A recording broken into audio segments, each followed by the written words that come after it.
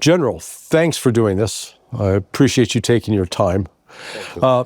Could you give my viewers just a thumbnail sketch of your military biography?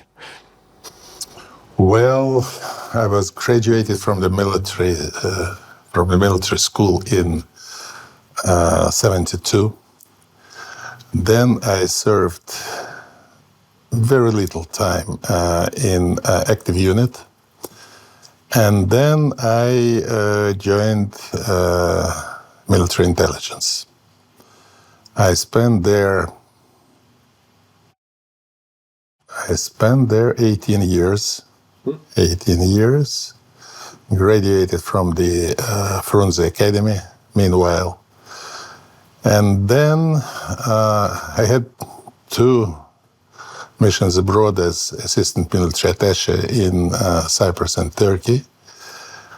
And then I left military intelligence and joined International Treaties Department of the, at that time it was part of the General Staff, then it was MOD, then General Staff, then again MOD. So I finished my service and I spent there more than 20 years and finished as the head of International Treaties Department, which I held for 10 years, the position. How did the Russian military survive the decade of the 1990s? I mean, with the collapse of the Soviet Union, the impoverishment of society, you know, I've used the numbers that, like in 1995, only 7% of the people of Russia were considered middle class. Everybody else was impoverished. Life expectancy fell from 63 to, I mean, it was a nightmare. How does a military institution with such a storied history as Russia stay intact? Well, you see, I do not agree that they stayed intact. Well, a lot of people left armed forces, but a lot stayed. But you see that the armed forces of the Soviet Union were about 4 million people. Mm-hmm. When Soviet Union collapsed, of course, Russia was left in the most unfavorable situation from the viewpoint of armed forces. Why? Since all the, as we say, first-grade military districts were out of Russia. Kiev, Belarusia,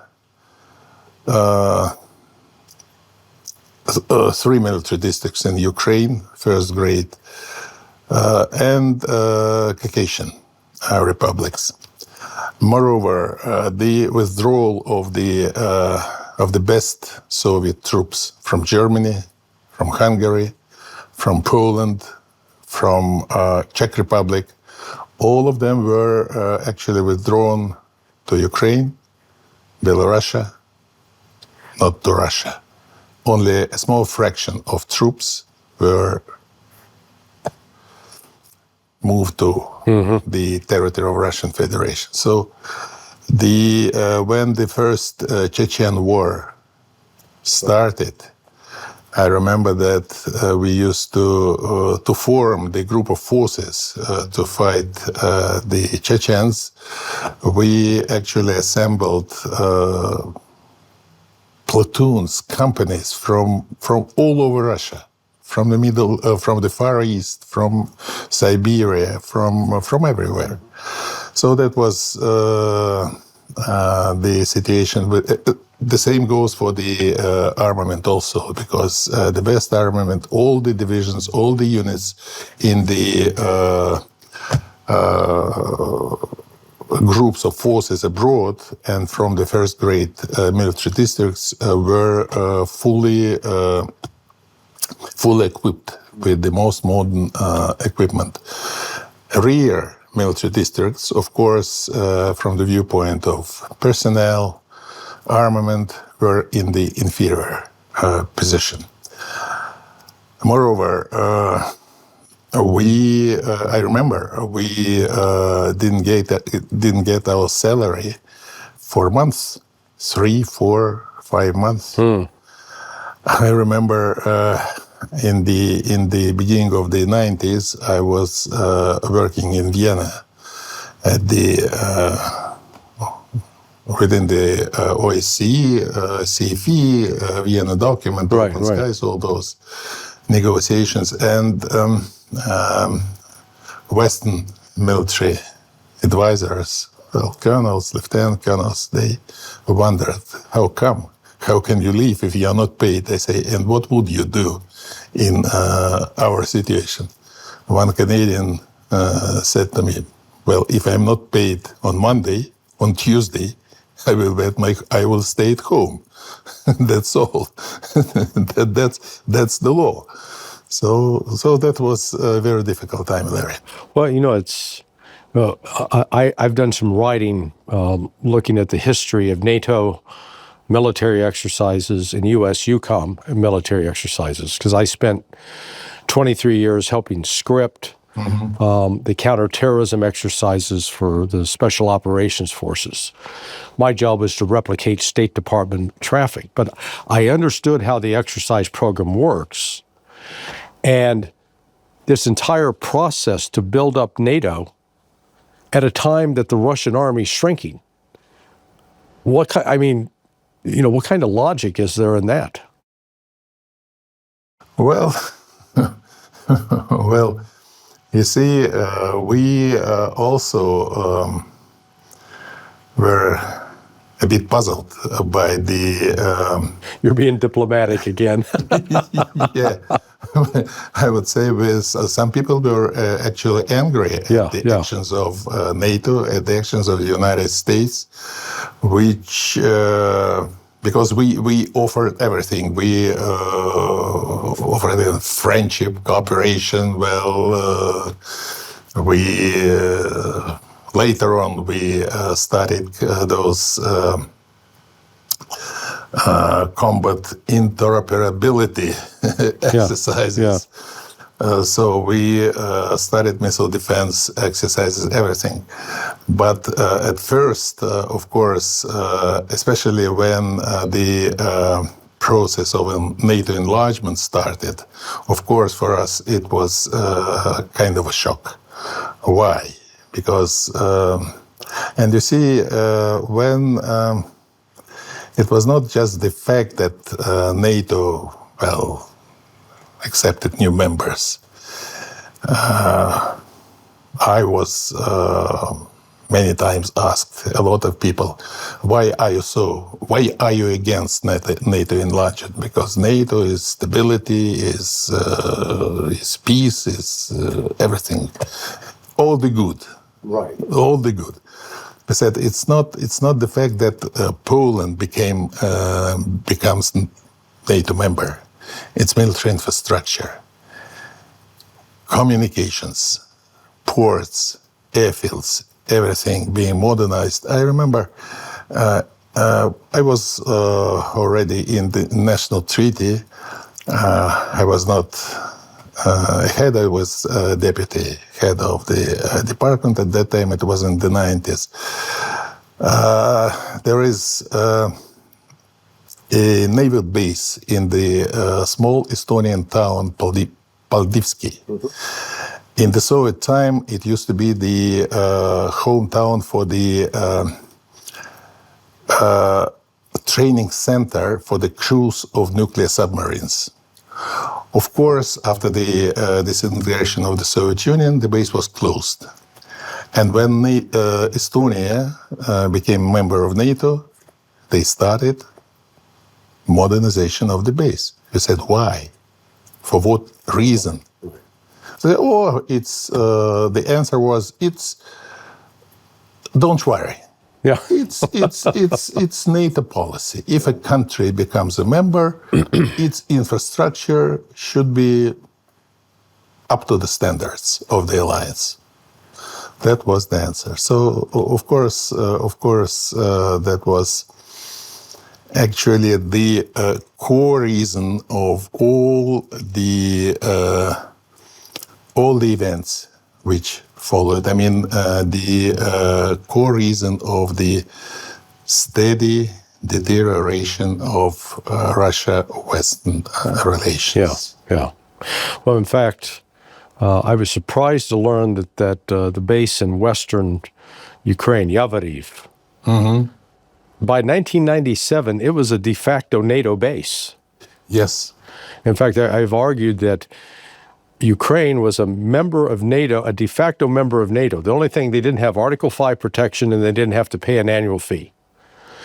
Otherwise, they were getting all the benefits, and Russia sort of tolerated that patiently for 22 years.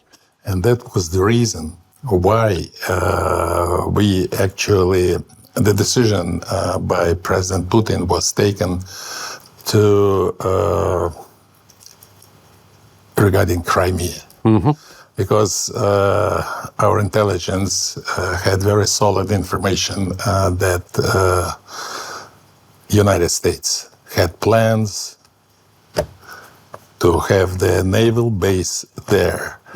We even had the information on the tender for the reconstruction of some buildings.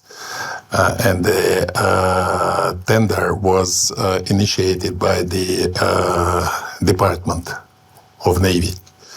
And as far as I know, by law, the Department of Navy cannot initiate a tender for any reason beside that it should be the object of the naval forces. Yeah. No, it's... unfortunately, my country we're like a bad case of crabgrass. We're a noxious weed, spreading everywhere. I would like to get you to discuss the difference between a special military operation, a counterterrorism operation, and then actual war. Because, I don't know if you saw Jack Keane, this guy, he's a ridiculous excuse for a general. But the other day he was commenting, he says, yeah, look at Russia. They've been fighting now for 3 years and they've not been able to take all of Ukraine. And I pointed out, gee, General, how did you guys do in Afghanistan? You were there for 20 years. And only the Afghans didn't have tanks, they didn't have artillery, they didn't have air support, they didn't have the ISR being provided by NATO. And yet you couldn't beat them in 20 years. Russia seems to be doing okay. So what differentiates special military operation from, say, counterterrorism operation? As far as I understand, if we declare a war, being in a state of war with Ukraine, that, of course,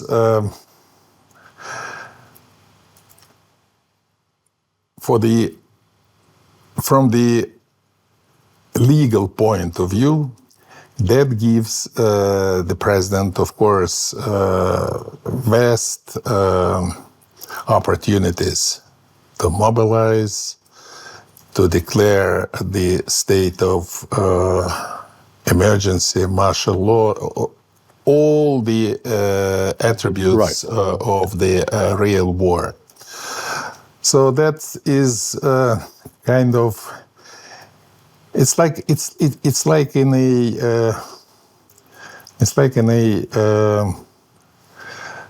treaty case, for example. CFE start when we declare suspension. There is no such clause in a treaty suspension. Right. Either you withdraw or you stay. Right. But that's kind of escape hole for not leaving the treaty and leaving opportunity to come back with no long legal procedures. Just you suspend, and the president takes decision we returned.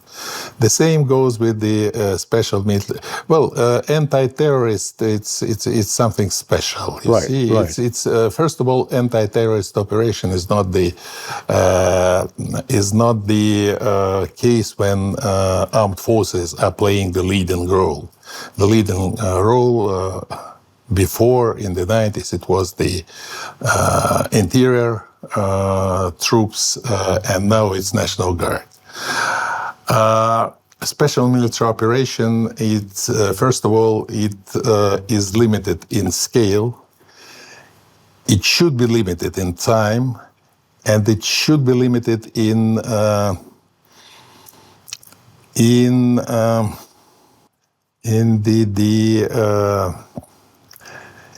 the powers which the president has. Mm-hmm.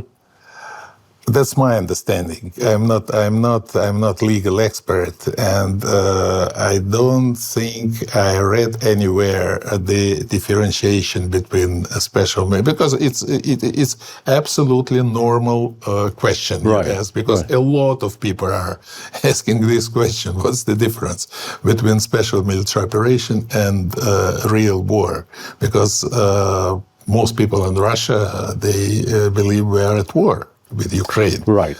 Not and this idiomatic expression, special military operation, is something not very explainable by normal.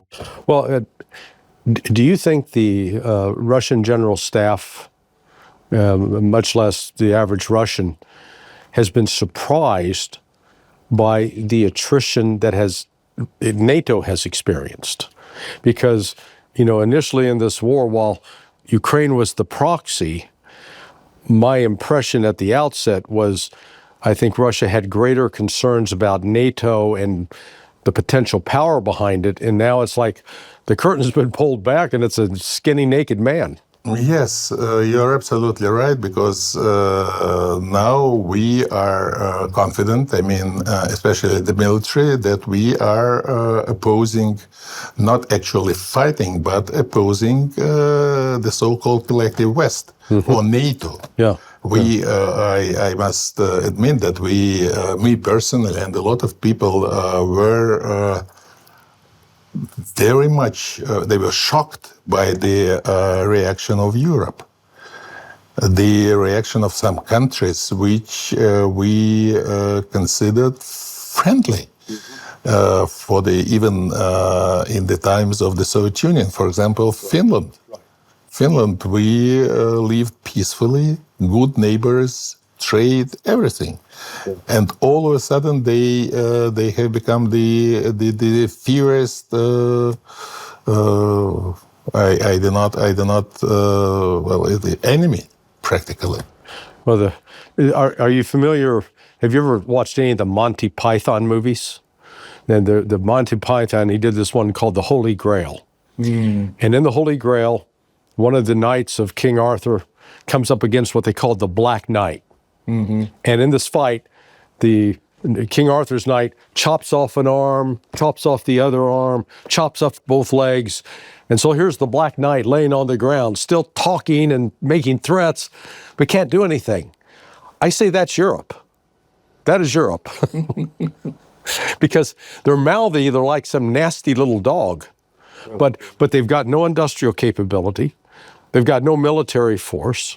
They've exhausted all of their armor. They sent it to Ukraine, and Russia's been using it for target practice. But the rhetoric is awful. It's awful. Yeah. See, the nuclear weapons, everything is on the table. Well, the UK people starting talking about the possibility of Ukraine becoming a nuclear country, even to transfer nuclear weapons to Ukraine. And that was actually one of the, it was not the cause, it was one of the reasons why the special military operation started in February 22, when in Munich, Zelensky from the rostrum said the Budapest Memorandum was violate it, we have the right to obtain nuclear weapons. I saw the translation. I thought that the audience would be shocked, but they applauded. They applauded, and I think that after those words, Putin actually formulated his approach to Ukraine, because nuclear Ukraine, and coming back to, for example, Budapest Memorandum, of course, it was not violated. It was not violated because and Putin gave that legal explanation that according to the Budapest Memorandum, after what happened in Maidan, the presidents of Ukraine, Russia, US, UK should come together at the table, talk, and discuss the situation. But Yanukovych was gone, actually, and he did not run away. He just saved his life. Right. And Putin helped him, because otherwise he would have been killed the next day after those memorandum was signed by the European countries and Yanukovych. Yeah. Well, you and I are roughly the same age, so we grew up in the Cold War. Yeah. Right. And yet during that entire period, despite even during the Vietnam War, Russia was supplying the North Vietnamese with military equipment. Even during all of that, our two sides still talked. Yes. And there was I never recall the kind of animus or hatred directed, whether we were talking Brezhnev, Andropov, it never. Compared to what we have now, this demonization both of Putin and of Russia is, I've never experienced anything like it. Are you guys as puzzled by it as I am? I can't agree more. Well, Larry, I lived in the time of the Soviet Union. I worked abroad. I contacted, spoke, even made friendship with Americans. Yes, it was a Cold War. It was a Cold War. Right. No special military operation. But trade, we had mutual trade. It was limited, okay. Restrictions, export control, everything was in place. But the diplomatic relations were normal. Our embassies worked. Right. They were staffed 100%. Yes, of course, there were kind of intelligence operations from time to time. But it's normal life. Right. It's normal life. Ideology was different, yes. But after Cuban crisis, we were never close to the. We were never on the brink of nuclear war. Correct. After 62, and now we are. Yeah. Now we are. Yeah. Although there is no Cold War, no ideological difference. No, I mean, that's the thing that drives me crazy. The Russian and American ideologies, particularly the Christian foundation of Russia, should be a natural ally with the United States. Yes. It's just insane. Yeah, that's what puzzles me. That's what puzzles a lot of people. You see, because now. Well, I have very long and good relations with Anatoly Antonov, the former ambassador.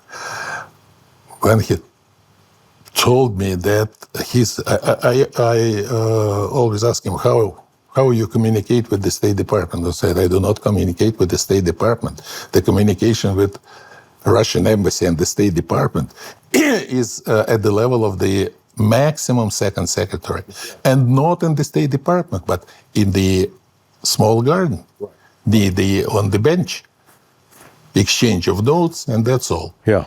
I met with Sergei Rybkov in December of 23, and he commented then. He says, "We don't have anyone to talk to. There's no communication." And it's no communication whatsoever. It's just, it's ridiculous. I think the defeat, as Russia pursues its military campaign, and I appreciate why, President Putin, being a lawyer, he does make those distinctions between special military operation to counterterrorism operation. And I saw that he went and sought under the counterterrorism operation additional authorities that do allow him now to attack Ukrainian military and Ukrainian political and military leadership. Before, that wasn't on the table. Now it's on the table. One of the questions, and I've asked this of several, and hopefully you have an answer. Why hasn't Russia blown up every bridge over the Dnieper River, cut off the Ukrainian army from its lines of communication? Excellent question, which I ask when I take part in TV shows. Yeah, the great game with Dmitry. Because there are actually all the logistics goes through these 4 bridges, railway bridges. Right. More, but main railway bridges, 4 over Dnieper River, 2 tunnels in Carpat Mountains, and dozen of railway stations. When the 4 in Kiev and the rest on the route, why they're not destroyed? That's a very good question, but I think that Putin does not, because it would mean the escalation. Yes, it would definitely mean the escalation, and for the first time, it was Andrei Kellen, our ambassador in London, a couple of days ago, giving an interview to the. I saw that. Yeah. Yeah, when he mentioned that that we may cut eastern Ukraine from the western Ukraine, just ruining bridges. Some people say that we don't have means. It's not true. Yeah, it's not true. That's we have ridiculous. Means, especially when we demonstrated the so-called Reshnik mid-range missile. Of course, we have means. But it seems to me that still Putin wants to keep kind of not low profile, but some moderate degree of escalation in Ukraine. We really, and first of all, why the pace of our advance is relatively slow? Because the first condition Putin put on the general staff is to minimize losses. Right. That's because if you start storming major cities, if you the speedy is offensive, more losses follow. Right. Yeah. Follow. That's military ABC. Then. We do not hit civilian targets. Occasionally, yes, but as you call it, collateral damage, it happens. Well, you're 38 months into the war, and the Israelis already have killed that many Palestinians in 2 weeks. Yes. So we, yes, energy. Yes, it's a military target, and you see, when you started bombing in Yugoslavia in '99, the first thing you did, bridges and power stations, and you openly said that it's the legitimate military target because it's the supply of armed forces by energy, by logistics. So. But and I'm puzzled why Ukraine is so stubborn to recognize reality, because and that's true. And Putin said every other proposition will be worse than the previous one. because we are moving. And if we move further, of course, and now Medvedev, some people are talking that we should move to Nikolaev, we should move to Odessa, and hold a referendum there, and that would follow. And if it all stopped in April 22, when actually the everything was on the paper. Yeah, it was. Everything was on the paper, and the cost for Ukraine was Crimea and small fraction of Donbass. Donbass, yeah. That's all. That's all. Neutrality and some restrictions on the armed forces, plus, of course, the rights of the Russian-speaking people. Right. It's nothing awful. And they walked away from that. And they walked away. Yeah. And they walked away on the advice.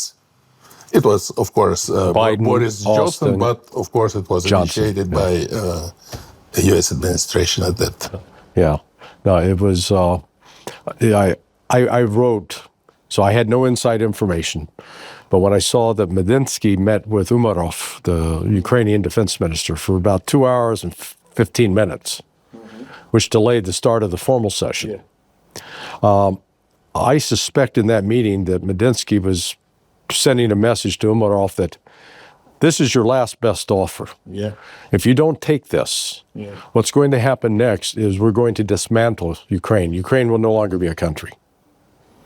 And I think that's one of the reasons Umarov didn't attend the general session. He scurried off to Washington going, I think the Russians are upset. Larry, you're absolutely right. I have the same. Assessment of the situation, and I think that in those 2 hours, Medinsky maybe he orally described the situation. Maybe he even passed something on paper to Umarov personally. But after that, nothing happened. Ukraine is still stubborn, and well, let me close you out with this. There's some dispute in the West that when Vladimir Putin reacted to the bombing of the bridge in Bryansk, deliberate sabotage of the civilian passenger train, the blowing up of the bridge in Kursk, but really didn't say a lot in public about the drone attacks on the Strategic Air Command. And some have said, well, that means, he wasn't that upset about it. My take is he was furious about it, but he wasn't going to air that in public. First of all, he was furious. And furious why? It was Flynn, actually, who mentioned it lately. Although we suspended participation and START, but we are abide by the provisions. Sure. And according to the START, our strategic bombers should stay in the open. They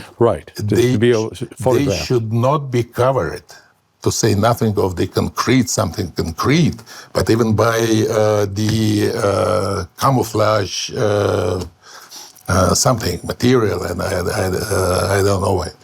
So that was, and Ukraine, he knew that because they were part of the START, being in the Soviet Union. Even after the disintegration of the Soviet Union, they were present at all the meetings of a consultative commission. They knew the provisions of the treaty, and they knew that the planes should stay open and should be visible and should be vulnerable. And they hit. That was, of course... it almost... Because I've also pointed out, I said, look, the terrorist attack on Kursk city center, far worse in terms of loss of life, in terms of casualties. Yeah. So, but using this as, okay, this is now a counterterrorism operation. I thought, Ukraine, the West has crossed the line. I don't know about you. I don't believe for a minute that the CIA and the British MI6 were ignorant, that they didn't know anything about this. No, it is nonsense. If taken into consideration the the presence of the U.S. I remember it was in the 90s. I visited Kiev General Staff and Minister of Defense. One floor in the building was occupied by the U.S. advisors. I think now the situation is much better for the U.S. advisors and U.S. personnel. I'm sure they knew everything. It's impossible to conceal, even for Budanov, for Masluk and others, anything from the Americans and the Brits. Well, General, listen, I thank you for your time. 40 minutes goes by because of good conversation. Thank you so much. Thank you, Larry. It's a pleasure. Thank you, pleasure.